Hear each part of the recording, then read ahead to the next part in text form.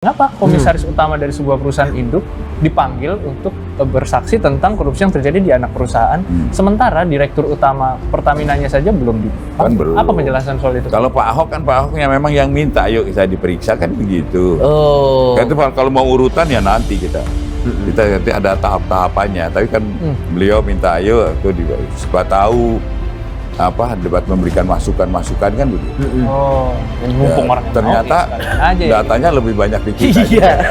Ya, kemarin Pak Ahok bilang gitu kan, ya, ternyata kita kaget juga gitu. Iya. Tapi itu kemarin itu Pak kenapa? Jaksa Dan Agung kami menangani ini udah 4 bulan yang lalu. ya 4 bulan yang lalu, jadi bukan hanya baru kemarin. Iya. Udah 4 bulan yang lalu sudah kami nangani. Menyeruaknya baru memang bulannya. Bukan menyeruak, begitu kami nyatakan udah ke penyidikan baru kami buka. Langkah bodohnya jaksa, ya, kalau tidak mengetahui anatomi perkaranya. ya Mantan Komisaris Utama Pertamina, Basuki Cahayapurnama alias Ahok menyebutkan, seharusnya mantan Direktur Utama PT Pertamina Patraniaga, Alfian Nasution, ikut diperiksa dalam kasus dugaan korupsi tata kelola minyak mentah dan produk kilang minyak pada PT Pertamina Subholding dan kontraktor kontrak kerjasama tahun 2018 sampai 2023. Pasalnya, Alfian merupakan orang lama di Pertamina pada tahun 2023. Ia ditarik pada PT Pertamina Patraniaga untuk menjadi Direktur Logistik dan Infrastruktur di PT Pertamina Persero. Dalam pemeriksaannya, Ahok mengaku menjelaskan soal agenda dan isi rapat ketika ia masih menjabat sebagai Komisaris Utama Pertamina di tahun 2019 sampai 2024. Ahok mengatakan, karena dirinya sudah mundur dari Pertamina, ia tidak lagi bisa memberikan data yang dibutuhkan penyidik. Untuk mendapatkan data yang diperlihatkan dan dijelaskan Ahok, penyidik harus meminta langsung kepada Pertamina. Dirinya bersedia membantu penyidik untuk mengungkap perkara yang ada. Erik bersama Pak Prabowo punya data. Pak Erik lapor ke Pak Prabowo, Pak ini proses bagaimana? Kata Pak Prabowo, lanjutkan proses hukum Pak Erik. Diproses Asabri. Ahok ngapain selain ngebacot, omon-omon, marah-marah, maki-maki bapak-bapak? Apa yang dilakukannya? Ada nggak dia bawa data ke aparat penegak hukum? Nggak ada kan? Ngapain dipanggil? Kita ngapain ngasih panggung orang yang sudah pensiun, nggak berbuat apa-apa, lalu sekarang setelah Kejaksaan Agung melakukan penegakan hukum, dia mau jadi pahlawan kesiangan. Kalau betul mau bersihkan Pertamina, saya itu dirut, bukan komut. Lalu ada oknum DPR akan panggil komut, datang. Kan berita toh, saya tantang balik, DPR panggil saya datang, saya masih datang. Asal sidang terbuka. Sampai hari ini nggak ada yang berani panggil gua DPR. Kenapa? Takut ya lo orang, gue bilangnya. Takut lo orang semua. Takut gua ngomong toh. Nggak ada berani panggil gua. Makanya kalau saya senang kalau jaksa mau panggil, saya punya rekaman suara rapat semua. Saya cuma minta Pak Jaksa, sidang terbuka di Republik ini. Berarti ada siap dipanggil ke Jagung? Oh, saya siap. Hai Ahok, saya lagi di Singapura, panas lihat gaya lu ngotot-ngotot di semua medsos. Kamu kan komisaris, apalagi komisaris utama dengan gaji miliaran di Pertamina.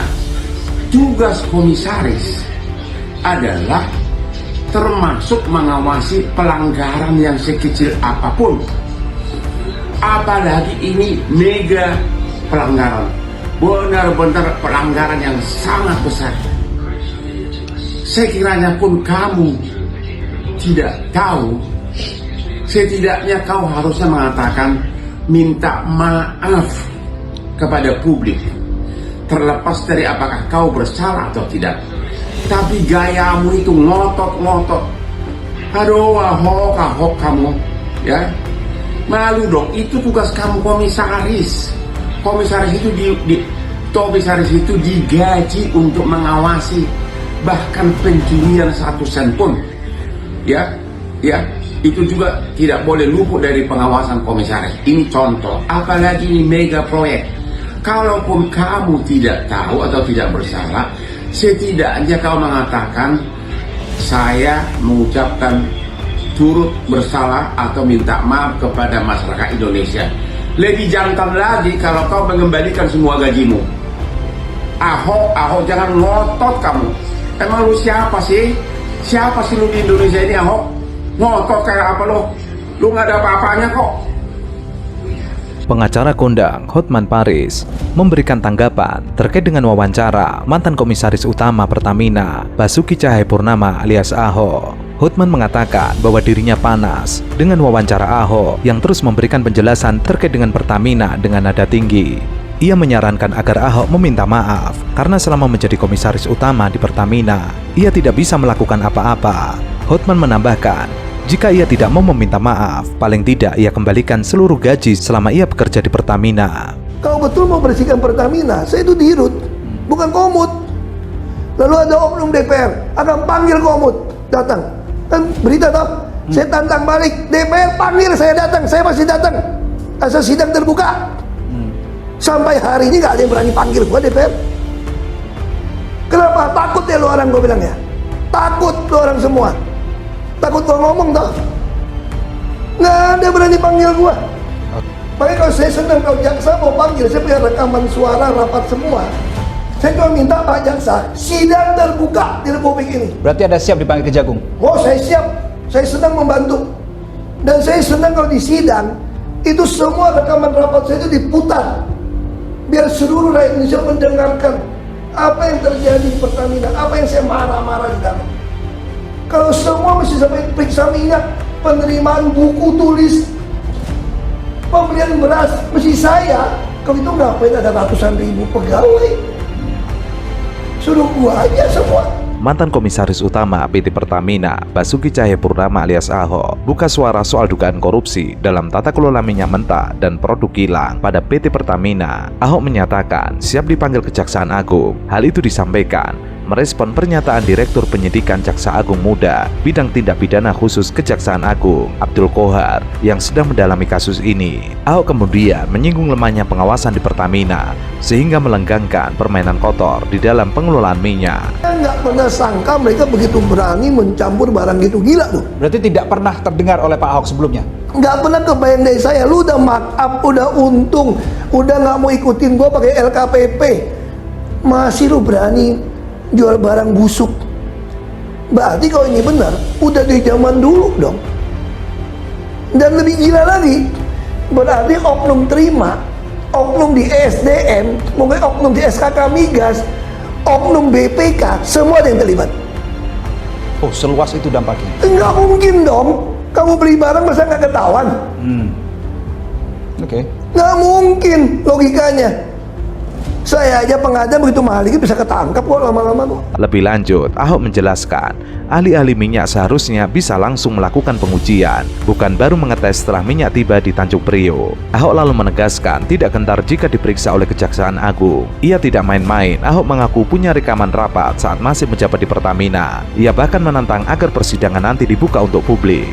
Ahok ingin seluruh rakyat Indonesia mendengar sendiri apa yang sedang terjadi di perusahaan tersebut. Maksud saya ke Jagung, ini mohon maaf Pak ke Jagung ya.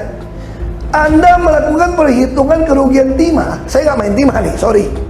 Dari zaman Belanda punya kerugian ekologi dihitung.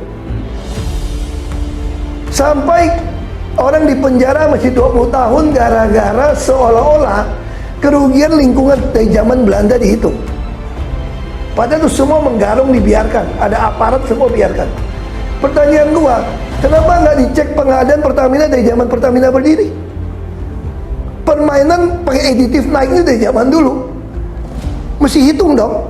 Nah, saya tambahin, kalau mau lebih seru, bukan cuma 1.000 triliun, 100 juta triliun. Kalau mau, hitung. Ini dari zamannya Pertamina berdiri dulu, nyolongnya kayak apa? Pertamina masih ekspor minyak mentah $100 per barrel. Tidak pernah capai keuntungan $2 miliar. Saya masuk di tengah COVID dengan optimalisasi saja, dengan tekan biaya, itu bisa dapat $2,2 miliar. Terakhir saya tinggalkan dapat $4,77 miliar. Artinya apa? Boros banget ini. Sebelumnya, Kejaksaan Agung mengungkapkan kerugian negara 193,7 triliun rupiah per tahun. Itu terjadi selama 5 tahun dari 2018 hingga 2023. Sehingga total kerugian negara ditaksir 968,5 triliun rupiah. Artinya, hampir 1.000 triliun rupiah atau 1 kuadriliun rupiah. Lu mau lebih tegas lagi nih, lu cek lagi tuh. Cek yang ada hubungan tanah, sertifikat, apartemen, yang hubungan dengan pejabat Pertamina maupun pejabat di SDM, SKK Migas, ataupun ada oknum BPK, oknum manapun, hartanya sesuai nggak dapat dari mana? Tangkapin semua, baru takut orang. Dan beri rekomendasi pada Pertamina, harus pengadaan pakai LKPP, e-katalog. Kalau tidak, Anda punya niat nyolong. Oke. Siapapun jadi pejabat Pertamina, kalau tidak lakukan e-katalog LKPP, berarti Anda nyolong.